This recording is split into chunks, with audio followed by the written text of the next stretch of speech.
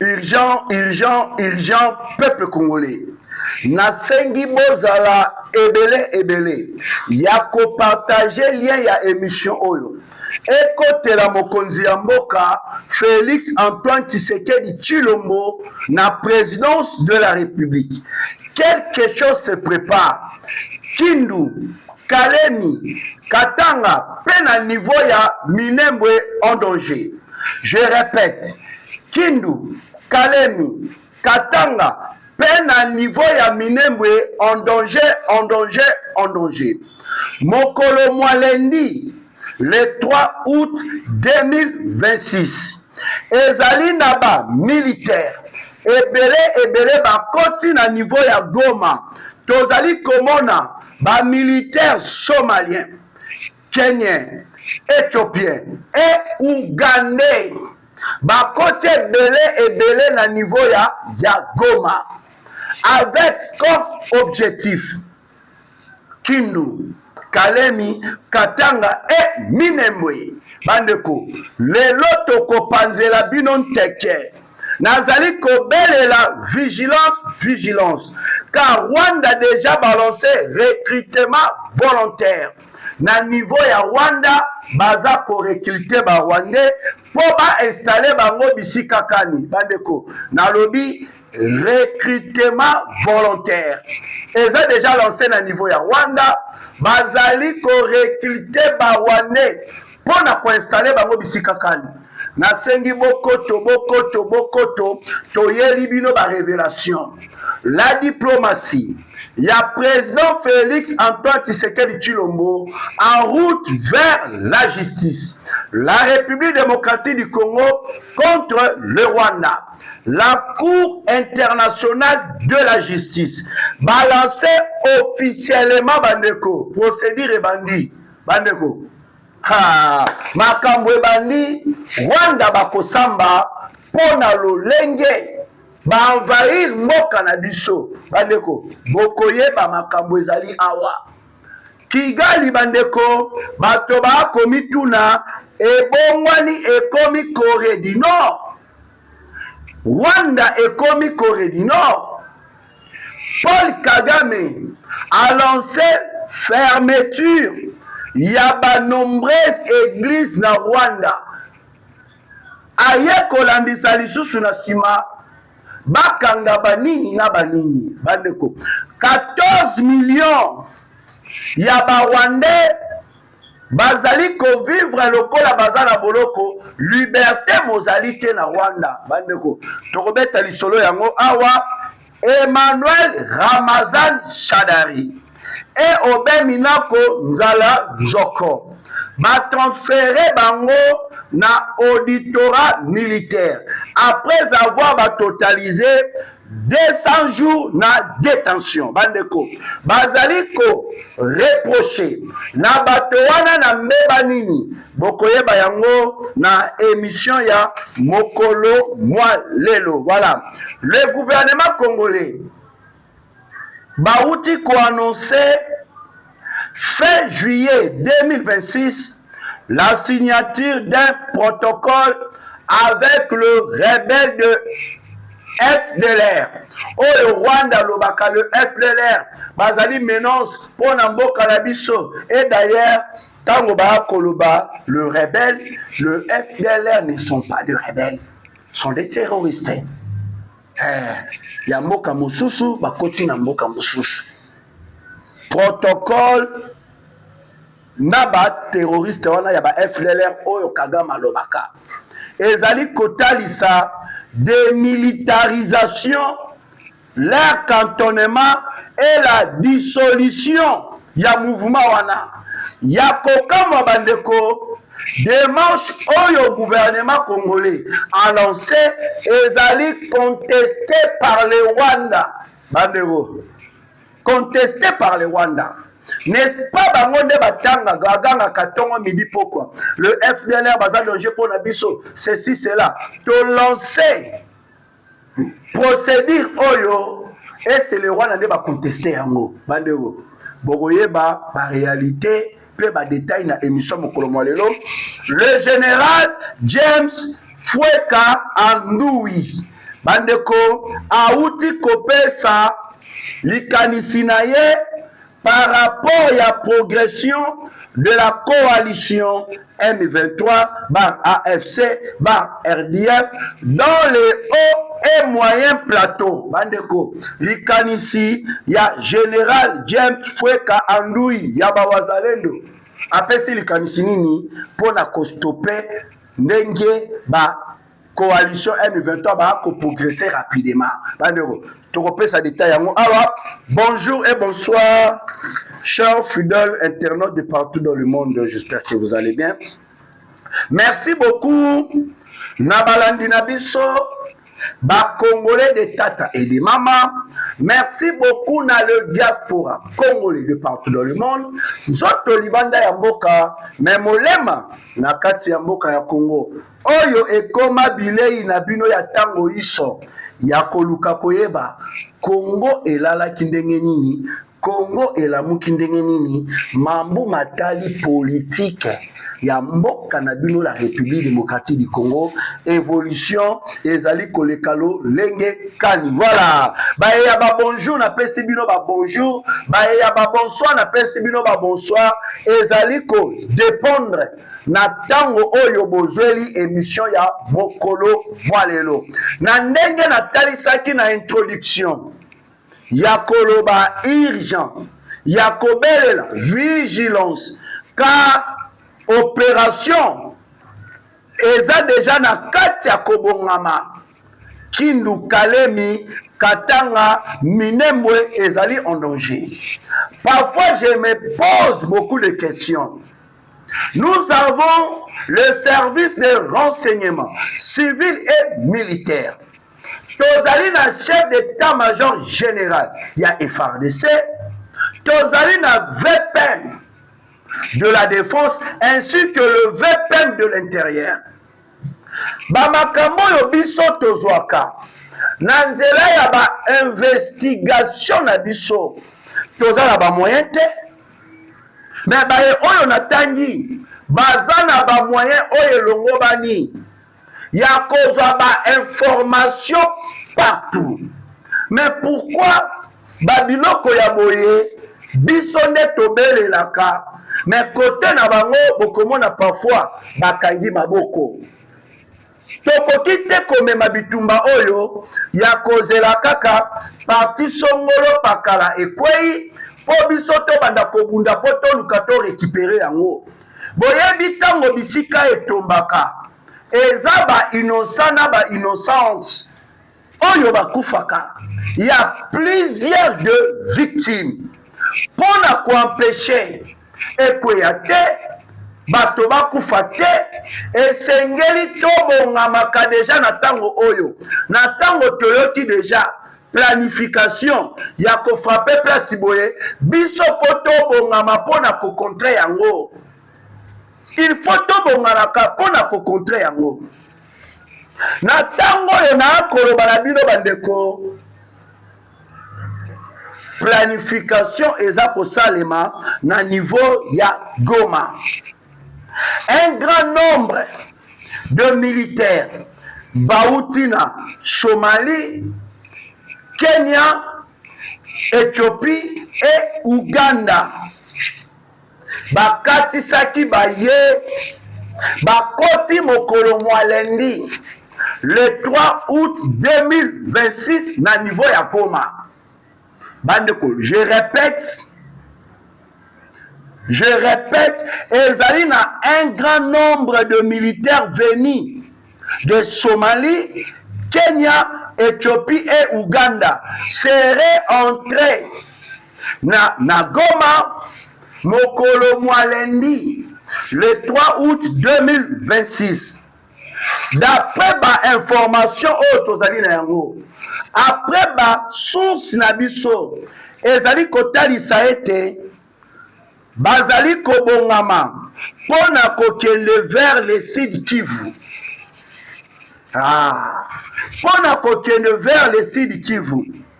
Certains devraient emprunter les axes Kalonge, Bunyakiri, Wali, Kale.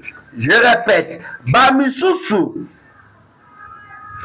bakozwa les axes Kalonge, Bunyakiri, Walikale.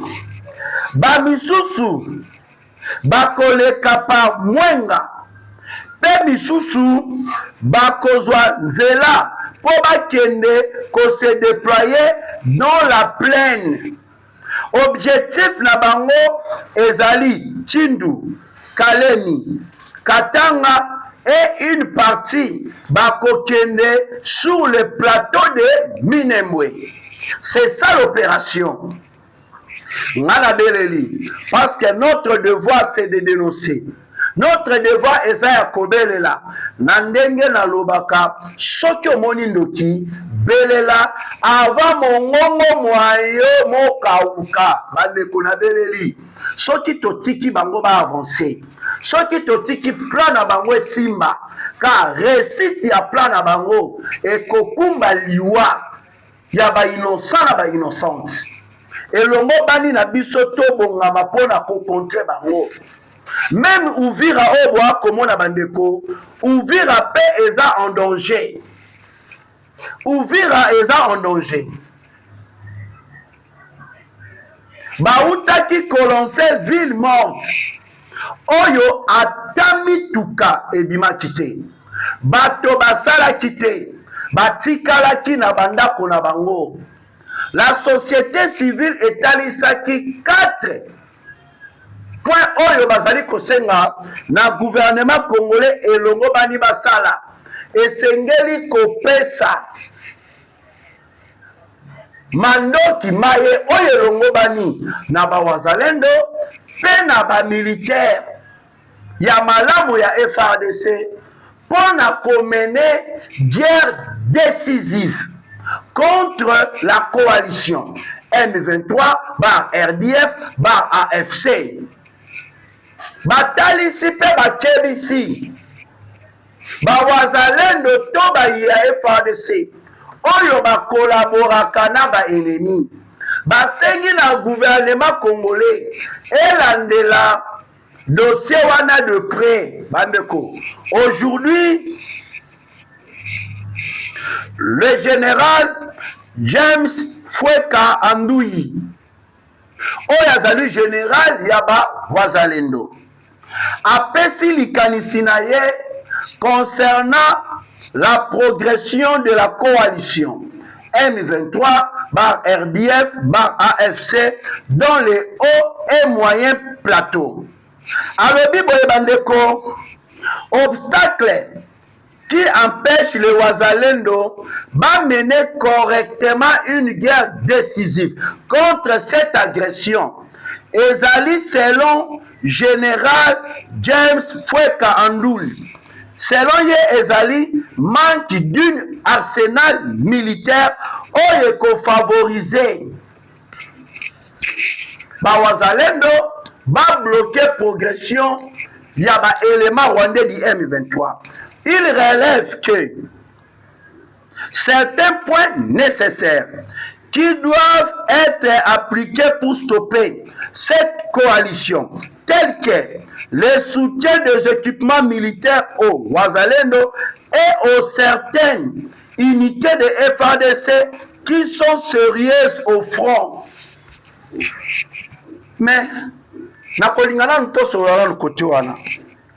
Boyebi, comment est-ce que le Rwanda balelaka tongo midi pourquoi concernant les Wazalendo ba plan na bango oyo babongisaka contre la République démocratique du Congo et belé ezala déjoué par les Wazalendo au moment où biso toakole la trahison au sein de l'armée congolaise côté oyo bana na mboka batelemi baye oyo bazali ba victime ya batuti rwandais wana baye oyo bamona lolenge kani bamama na bango bandeko na bango baboti na bango batelemi selon la constitution de notre pays epesi bango pouvoir ya kosimba oyo molongo bani mpona kodefendre mboka na bango. Joseph Kabila tenta tant de fois ya kokorompre bawazalendo po batikelaka bayi M23 zela me bawazalendo baboya Kagame akenda na niveau international pour na kobelela la dissolution ya bawazalendo. Kagame aloba ete ce sont le FLR. Ce sont eux, ne motoba ko créer des ordres. Mokonza mboka aloba parce qu'il y avait eu des pressions pour na kokata phénomène à bawazalendo. Chef de l'État aloba baza ba réserviste ya armée. Boyebi na France baza ba réserviste na bango. Même les Rwanda baza ba réserviste na bango. Chef de l'État alobi baza ba réserviste ya armée. Ba ko bundela mboka na bango. Kagame a tenté tant de fois à kokakate.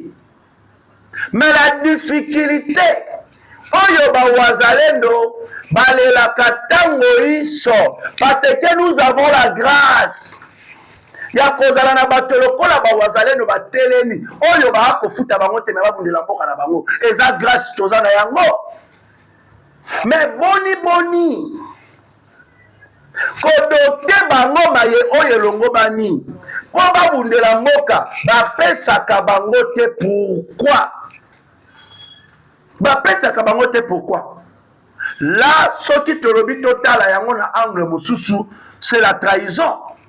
Pour ceux qui ont aux alliés général, aux na poste stratégique, na kati ya armée, mais aux a côté les melabawazalendo, automatiquement aux a ennemi ya mboka. Baye banso batele melaka bawazalendo, baza ba ennemi ya mboka. Parce que les Rwanda balingaka bawazalendo te. Yo siko za la mapinga ya mboka ya Congo. Raison nini yo za na yango pona kolinga bawazalendo te. Donc automatiquement oza ennemi.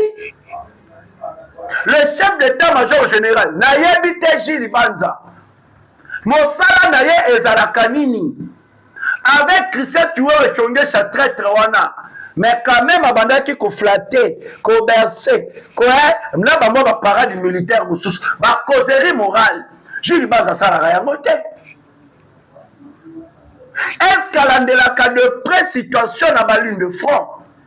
Le VPM de la défense Gika Bongomondia Vita. Bato yo yambaka eza bato yo ba komona réalité na ba ligne de front. Bato ba ko bundate, bato ba yebi ba vérité ya ba ligne de front. Nde ba yo yambaka. Makambo nini ba koloba na yo? Est-ce que cause à la réalité? Yamaye o eza na terrain. Le seul bateau yo bazali mieux placé. Ya kotali sa réalité ozali na terrain eza bato baza na ba ligne de front ba ko bunda. Le VPM de la défense excellente Gika Bongomondia Vita. On dirait Batoba Kokufa na SA kolobela bino de l'autre côté. On dirait Bozali Kocha qui seriete na makambo oyo. Et Sengeli Tango Isoto Bandolela Kaka, président de la République, et bon chef d'état-major général, et bon le VPM de la défense. Balobaka Mosapi Moko et Sokola Kelongite. Toti que la kaka chef de l'État yemoko charge nyoso wana te.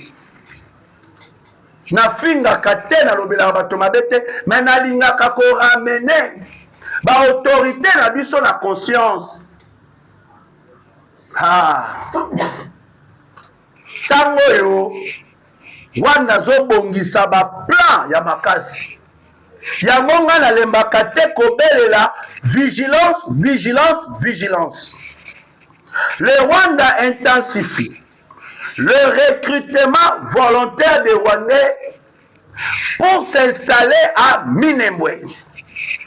Boyebi général Yabaturaneo Charles Sematama bakangie na ba militaire ya armée ya Rwanda bamemie ine na Kigali asala boloko kuna.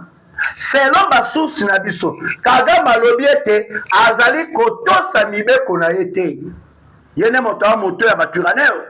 Si Kagame alobi akotosa mibeko na ete bakangie bamemie. Donc ba mouvement nyonso ezali à l'origine ya ko déstabiliser est de la République démocratique du Congo. C'est Paul Kagame, c'est Kaguta Museveni à complicité na ba multinationaux. La Chine, la France, bazali na kati ya makambo oyo ba pays voisins na biso ebele bazala kati ya makambo oyo. Ba Congolais ba banda kokufa banda kala. Pendant les 18 ans au pouvoir, il y a Joseph Kabila. Kabila a tikala soko mokete koluka ko déposer plainte contre le Rwanda. Le gouvernement de cette époque sous Joseph Kabila et déposa plainte contre le Rwanda. Pourquoi Kabila sala yangote? Parce que Kagame Aza le père, Kabila Aza le fils. Les 18 ans de Joseph Kabila, Kabila a travaillé rien que pour les intérêts du Rwanda. Kabila a ramené l'infiltration de notre pays. Naba institution nyoso Yamboka ya Congo, Kabila a tiki. Infiltration à degré incroyable.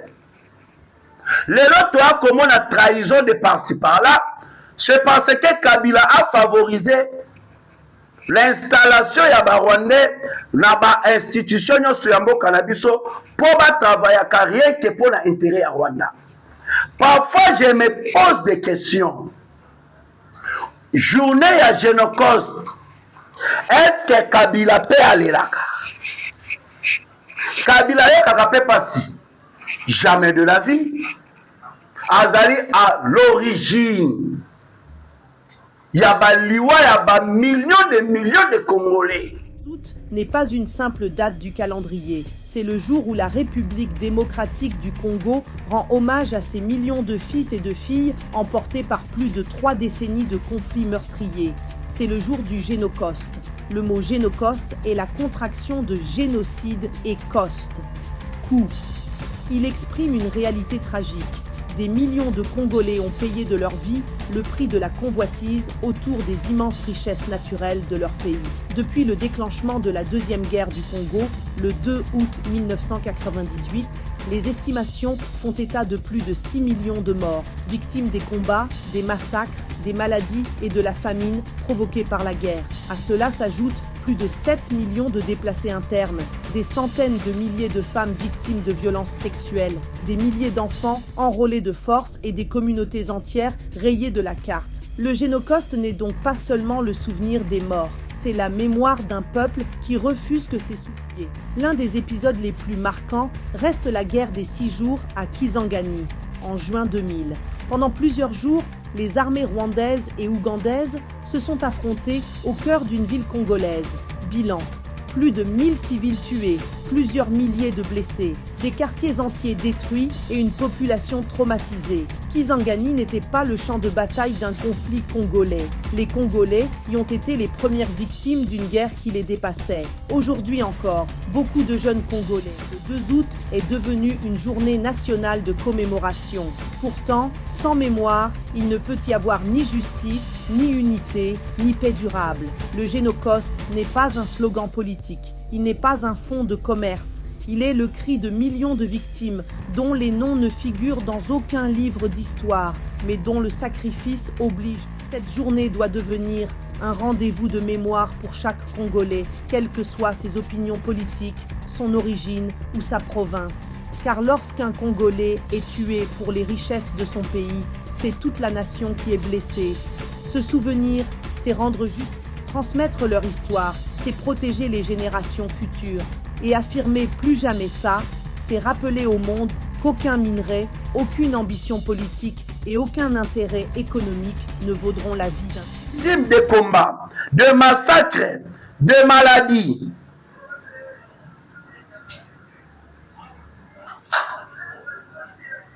Des maladies et donc on voit que Kanzala provoqué par la guerre s'ajoute plus de 7 millions de déplacés internes et des centaines de milliers de femmes victimes de violences sexuelles.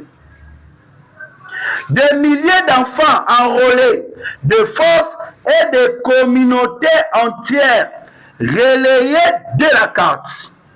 Le Génocoste n'est donc pas seulement le souvenir des morts, c'est la mémoire d'un peuple qui refuse que ces souffrances soient oubliées. Mokonza mboka koyoka ba victime ba ko relater histoire ebimisaki mai na miso na chef de l'État ya mwana lobaka toza bazoba te toyebi nani aza nani qui fait quoi, qui contrôle quoi. Pendant 18 ans de Joseph Kabila, la République démocratique du Congo n'a jamais songé de déposer plainte contre le Rwanda. Arrivé au pouvoir, il y a président Tshisekedi en route vers la justice. La République démocratique du Congo contre le Rwanda.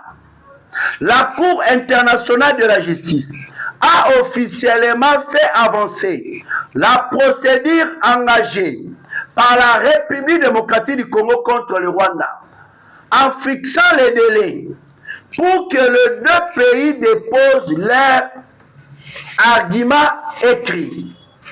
Cette décision a été annoncée le 4 août 2026 à l'issue d'une réunion entre les deux parties au palais de la paix aux Pays-Bas.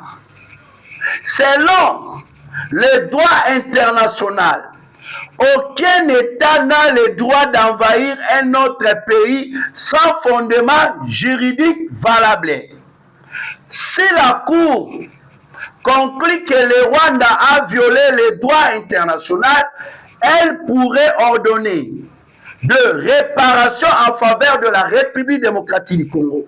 Certains commentaires, bazali kotali saete mosolo oyo Rwanda akoki kofuta na Congo, bazali ko estimé à 10 milliards de dollars américains. Mais le montant éventuel dépendra de la décision finale de la Cour. Bandeko, Kagame le Rwanda bako s'en sortir que il y a tant de preuves, il y a tant de vidéos. Missous ezali documenté par les experts de l'ONU. Comment est-ce que le Rwanda va envahir notre pays? Pour la Kagame bandeko na lobi na bino, Kagame aza bloqué par le président Tshisekedi. Diplomatie ba voyage bango babandaki ko critiquer conséquent lelo yango est bloqué Rwanda en route vers la justice. La République démocratique du Congo contre le Rwanda. Réparation. Réparation.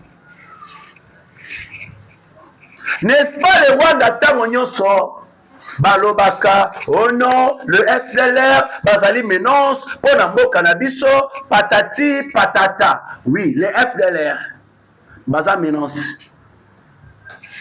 Pour na pouvoir ya Kagame. Le gouvernement congolais, il y a des rapports de l'ONU, et si le FDLR n'existe pas, Ezali, et le Rwanda utilise pour justifier la présence de Batoupouné dans Mabele à Congo. Les FDLR que les Rwanda balobakaete qui baye na Congo pour traquer bango et ça va minérer. Tout le monde a commenté ce que le minerai est qui n'a qu'à Rwanda. Et les zones contrôlées par le militaire de l'armée rwandaise appelé le M23 et ça va zone où ba FDLR bazalaka. Est-ce que bakanga bango tout le monde a que bon wana et comment ba minérer. Le gouvernement congolais est le dit bon ça va. Le col à FDLR Bazali Menonce contre le Rwanda. Chose une décision doit finir une fois pour toutes na ba FDLR Rwanda pour Menonce contre le Rwanda et Zala écarté. C'est par là que le gouvernement congolais a annoncé fin juillet 2026 la signature d'un protocole avec le FDLR. Et Zali Kotala, leur démilitarisation, leur cantonnement et la dissolution de mouvements là-bas FDLR.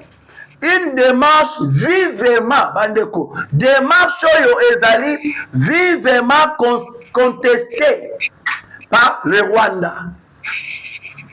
Pour trouver solution quand je mettre fin à ma réunion Sowana. Mais Rwanda a téléméli yango. Motuna Mozali question. Pourquoi le Rwanda n'est pas d'accord avec cette initiative de la part du gouvernement congolais? Pourquoi? Parce que le Rwanda Bayebi Malamo, le FDLR n'existe pas.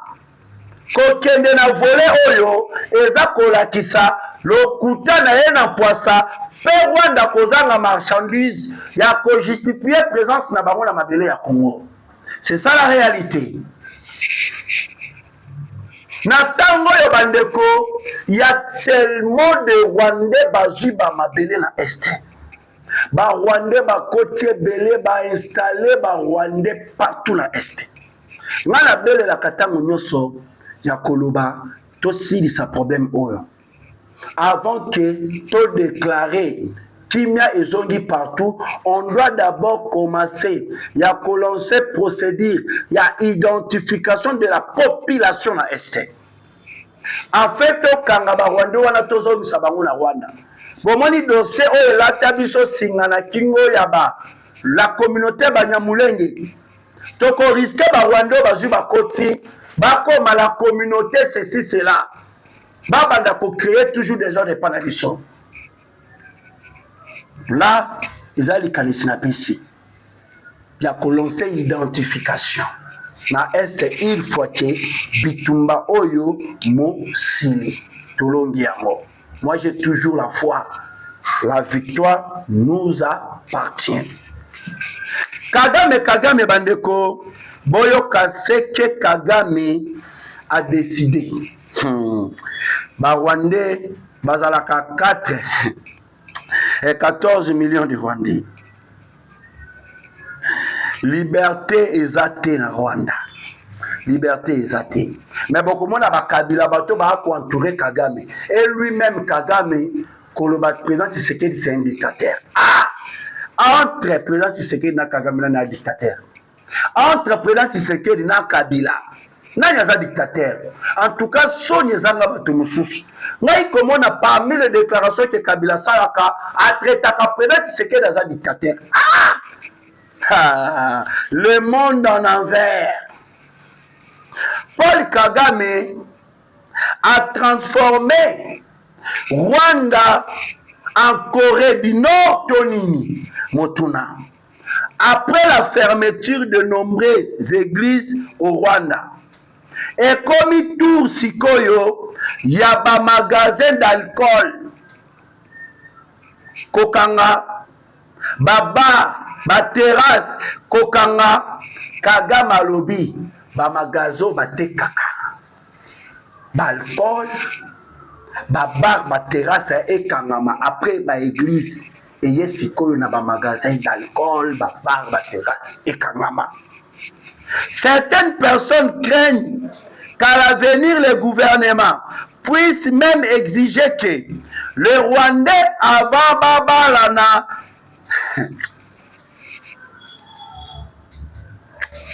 franchement Bandego et tu vas exiger ma Rwandais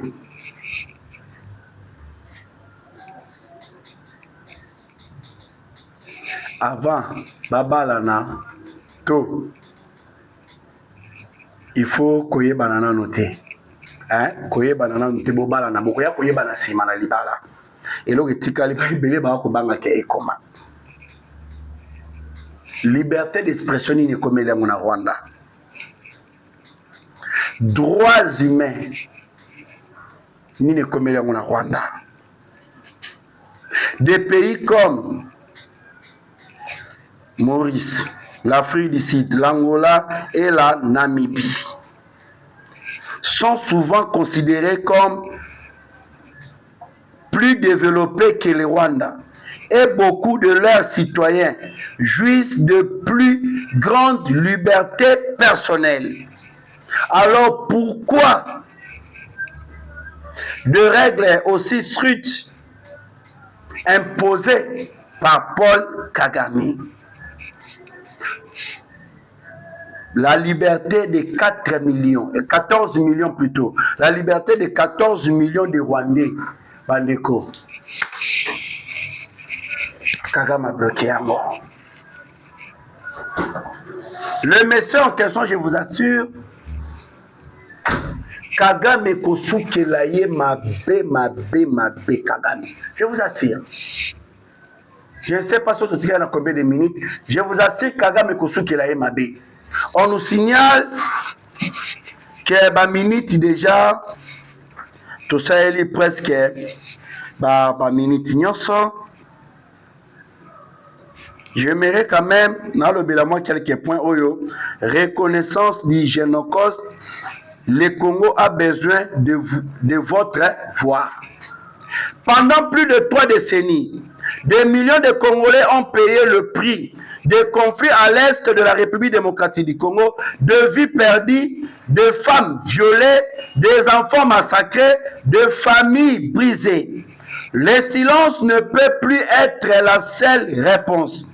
Pour que cette stratégie ne soit ni oubliée, ni banalisée, la première dame de la République démocratique du Congo, Maman Denise Nyakero Tshisekedi, appelle chaque Congolais et chaque personne attachée à la dignité humaine à signer la pétition en faveur de la reconnaissance du Génocide. Chaque signature est un acte de mémoire. Chaque signature est une exigence de la vérité, de la justice et de la lutte contre l'impunité.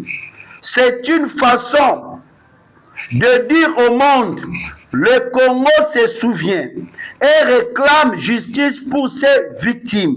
Signez la pétition. Partagez-la autour de vous, Bandeko. Voilà message de la distinguée première dame, Maman Denise Nyakero Tshisekedi. Bandeko, pétition est un molato tchaba mokolo ton abisso na pétition. Pour exiger justice et Kokako Salema. Arrestation de Beni Moukena à Brazzaville. La coopération judiciaire est une arme contre l'impunité. L'interpellation à Brazzaville de Moukena, moins pour Beni, recherchée dans le cadre de l'enquête sur le maître de Vali Amissi, marque une étape importante dans la lutte contre l'impunité en République démocratique du Congo. Au-delà de l'arrestation d'un suspect, c'est un signal fort qui est envoyé. Le criminel présumé ne doit plus considérer les frontières comme de refuge. Selon Baye Tolandeli, Maman ya Beni Moukena a risqué ba interpellé comme complice. Mwana na etango akimaki na Congo Brazzaville, ye abandaki tango iso kotindela ka mwana na embungu. Pe ayebi bisika mwana zalaki. Baye oyo babandaki kosala chantage na mwana na ye. Koloba voilà toyebi place ozalaka to tene ko dénoncer yo. Mwana akobenga na Kinshasa. Mama akotinda mbongo pona kokanga bato wana minoko. Bali kotalisa que mama pe akoriske azala interpellé pona oyo tozali kobenga complicité na mwana na ye. Cette affaire bandeko lolenge za kotendele, je vous assure, beaucoup de têtes vont tomber. Voilà, pour la cochiter la émission Mokolo Mwalelo, Emmanuel Ramazani Shadari et Aubin Minako transférés à l'auditorat militaire après plus de 200 jours de détention. Des cadres du PPRD, Emmanuel Ramazani Shadari et Aubin Minako, battent bango à la disposition de l'auditorat général militaire. Bazali ko reproché na bango complicité na bango na alliance Fleuve Congo Bar M23 ainsi que na dossier ya ba phénomène mobondo kombo na bango mozali na kati. procès wana ntango ekofongwama bandeko bokoyoka barévélation bokoyoka bavérité oyo ekokumba lisusu bokangi ya bacadre mosusu du PPRD. Vive la justice en République démocratique du Congo. Pona lelo bandeko nanga bakongolais de partout dans le monde tosuki awa. Merci beaucoup. Numéro plus 243 89 60 77 556 plus 243 89 60 77 556. Que le bon Dieu vous bénisse, que le bon Dieu bénisse la République démocratique du Congo. Bye.